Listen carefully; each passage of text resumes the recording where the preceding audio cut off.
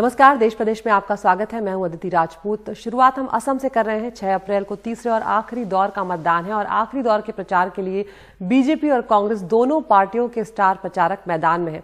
तो प्रधानमंत्री नरेंद्र मोदी ने तामुलपुर में रैली की। ये इलाका बोडोलैंड के अंतर्गत आता है और यहाँ बीजेपी की चुनौती बड़ी है। लोअर असम की इन 40 सीटों पर बीजेपी ने एक तरह से कहें जान लगा दी है। देखते हैं हमारे सहयोगी रतनदीप चौधरी की ये रिपोर्ट। भाइयों बहनों, मेरा आपसे आग्रह है, आपको भारी संख्या में निकलकर मतदान करना है। एनडीए के लिए मतदान करना है। हर हर मोदी। बोडोलैंड इलाके की एक सीट तामुलपुर में प्रचार के दौरान प्रधानमंत्री मोदी को भी एक तरह से एहसास हो गया कि लड़ाई आसान नहीं है और तीसरे दौर में 6 अप्रैल को लोअर असम की जिन 40 सीटों पर चुनाव है, उनमें बोडोलैंड की सीटों पर मुकाबला तगड़ा है। अल्पसंख्यकों के दबदबे वाले लोअर असम में पिछले साल के बोडोलैंड वाले चुनाव नतीजों के दोहराए जाने का इंतजार हो रहा है। No, there is no any close, the battle. It's very clear that we are going to gain the mandate of the people of Assam. Pramod Bodo के समर्थक, जिनमें से ज्यादातर बोडो ही हैं, कह रहे हैं कि उन्होंने बीपीएफ को वोट दिया, लेकिन करप्शन की वजह से उनको यूपीपीएल में ही विकल्प दिख रहा है। মানে পাব্লিকত যেরকম কাম কৰিব এইটো ভাবিছিল, কিন্তু পাব্লিকত আমি গেলা কাম কৰা নাই। 2-3 মাহত যেরকম কাম কৰি দেখি আছে, আমি এই কারণে আমার ইউপি পিএলৰ সাপোর্ট করছি। তাকে স্টেটৰ বিজেপি সরকার আছে, আমার লগত থাকি মানে কাম কৰাটা মানে। बोडोलैंड में 30% से ज्यादा वोटर बोडो हैं, जबकि जो गैर बोडो हैं उनमें से 40% मुस्लिम हैं। कांग्रेस और अजमल हग्रामा मोहिल्लरी के बीपीएफ के साथ जुड़कर चमत्कार की उम्मीद कर रहे हैं। 2016 में बीपीएफ ने इस इलाके की सभी 12 सीटों पर जीत हासिल की थी।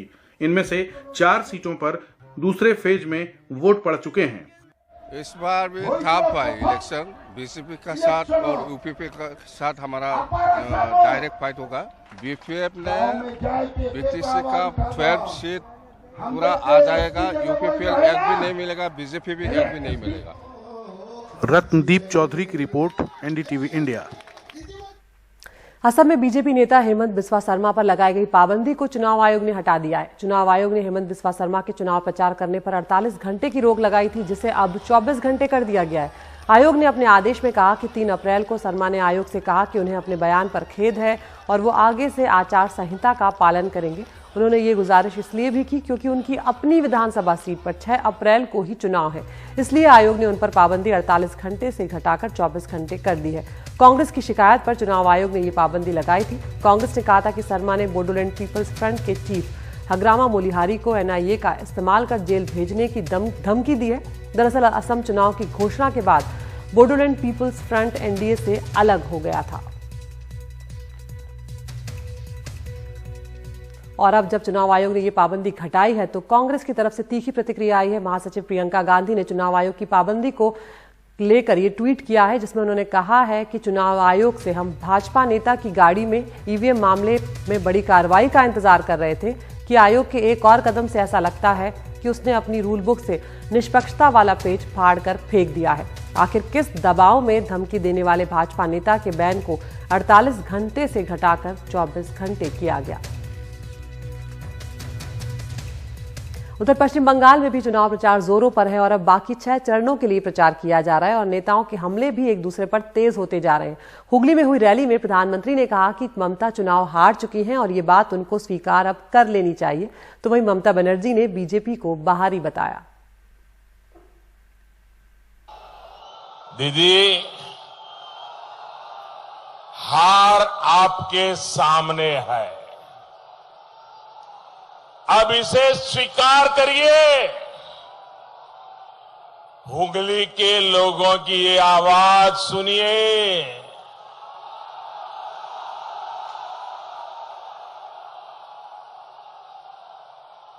दीदी, निर्वाचन खेला नय, গণতন্ত্র খেলা নয়।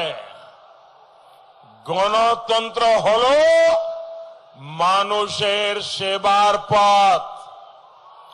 গণতন্ত্র হলো মানুষের উন্নতির পথ। आप ये सब भूल गई दीदी, भूल गई। আপনারা জানেন নন্দীগ্রামে কি করেছে? গ্রামে গ্রামে গিয়ে বলেছে বিজেপি, তোমার মেয়েকে লুট করে নিয়ে যাব, তোমার বাচ্চাকে কিডন্যাপ করে নিয়ে যাব। একটা বউ তার হাজবেন্ডকে এমন মেরেছে, সে শাড়ির আঁচল নিয়ে আমাকে বলছে, দিদি আমার শাড়ি, আমার প্রাণ ভিক্ষা দাও। আগামী দিন যদি শান্তিতে থাকতে হয়, ভালো থাকতে হয়, ওই বিজেপির গুন্ডাদের ভোট দেবেন না। उधर तमिलनाडु में 6 अप्रैल को मतदान होना है। डीएमके के मुख्यमंत्री उम्मीदवार एमके स्टालिन प्रचार में पूरा जोर लगा रहे हैं। शनिवार को गृह मंत्री अमित शाह भी चेन्नई पहुंचे। उन्होंने पार्टी नेता और अभिनेत्री खुशबू के लिए प्रचार किया। तमिलनाडु में चुनाव प्रचार खत्म होने में जब एक दिन बचा है, हर दल के सीनियर नेता चेन्नई के थलाई नगरम पहुंचे। गृह मंत्री अमित शाह और डीएमके नेता एमके स्टालिन 1000 लाइट्स विधानसभा क्षेत्र में अपने उम्मीदवारों के लिए वोट मांगने पहुंचे। अमित शाह ने बीजेपी उम्मीदवार खुशबू सुंदर के लिए एक खुली जीप में रैली निकाली। शाह ने मीडिया के साथ बातचीत में कांग्रेस और डीएमके पर जमकर हमले बोले। उन्होंने कहा कि तमिलनाडु का विकास तभी हो सकता है जब डीएमके और कांग्रेस को मात दी जाए। तमिलनाडु का विकास तभी हो सकता है जब भ्रष्टाचारी और परिवारवादी डीएमके और कांग्रेस को हम हराए। मोदी जी के नेतृत्व में पूरे देश में जो विकास यात्रा चली है, वो विकास यात्रा ही महान एमजीआर और जयललिता के सपनों का तमिलनाडु बना सकती है। सिर्फ अमित शाह ही नहीं, राज्य के पश्चिमी इलाके के प्रचार कर रहे जेपी नड्डा भी करप्शन का मुद्दा बनाकर डीएमके पर हमला कर रहे हैं। DMK and Congress party both are known for 2G, for 3G, for 4G, for zeta G. And when I say 2G, it is the 2 generation of corruption of Maran family. When I say 3G, it is 3 generation of corruption of Stalin family. And when I say 4G, it is 4 generation corruption of Congress Gandhi family. इससे एक दिन पहले Stalin की बेटी के यहाँ IT अफसरों ने जांच पड़ताल की थी। 12 घंटे की पड़ताल के बाद उनको 1,36,000 कैश मिला, जिनको परिवार की इस दलील के बाद लौटा दिया गया कि रोजमर्रा के खर्च के लिए है। डीएमके इस मामले को लोगों तक ले जा रही है। उसका आरोप है कि ये जांच पड़ताल राजनीति से प्रेरित है और बीजेपी सरकार और एडीएमके सरकार एजेंसियों का दुरुपयोग कर रही है। इससे हम पर असर नहीं पड़ता है। इसके जरिए उन्होंने हमको मुफ्त का प्रचार दे दिया। प्रचार खत्म होने में बस 24 घंटों का वक्त है और लड़ाई चेन्नई तक आ पहुंची है। किला कौन जीतेगा, जवाब 2 मई को मिलेगा। चेन्नई से अरविंद की रिपोर्ट, एनडीटीवी इंडिया।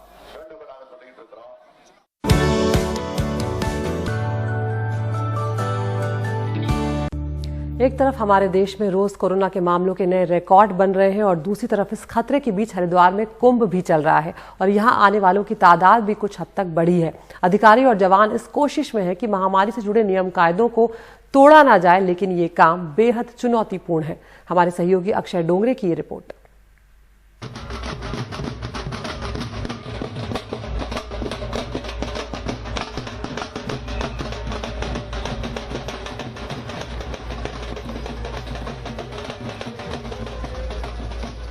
सड़कों पर हजारों की संख्या में साधु, उन पर हेलीकॉप्टर से फूलों की बारिश। बढ़ते कोरोना के बीच ये हरिद्वार में कुंभ का नजारा है, जहां 13 अखाड़ों के साधु पहुंचे हैं। नजर सरकारी अफसर भी आए। कुंभ के दूसरे दिन आज हम आए हैं जूना अखाड़ा में। जूना अखाड़ा 13 अखाड़ों में से एक अखाड़ा है, ये सबसे बड़े अखाड़ों में से एक है और आगे हम आपको बताएंगे कि क्या महत्व है कुंभ का, क्यों साधु महात्मा हर 12 साल में हरिद्वार आते हैं और इस बार का कुंभ कोरोना की वजह से किस तरह से अलग है। गुजरात से आए बाबा राजगिरी किनारे के पास डेरा जमाए हैं। वो महाकुंभ की महत्ता बताते हैं। 3.5 ये कुंभ मेला मतलब थोड़ा यूनिक है। मतलब ये ऐसा 85 सालों बाद हुआ है ऐसा कि 2 साल पहले कुंभ मेला आया। बाकी कुंभ मेले हर 3 साल में एक बार आते हैं, पर ये कुंभ मेला 2 साल में ही आया। तो ये मतलब कुंभ मेला एकदम अलग है। महंत राधेपुरी महाराज हठ योगियों के एक समूह का हिस्सा है। वो पिछले 10 बरसों से अपना एक हाथ ऊपर किए हुए हैं। मकसद लोगों का कल्याण बताते हैं।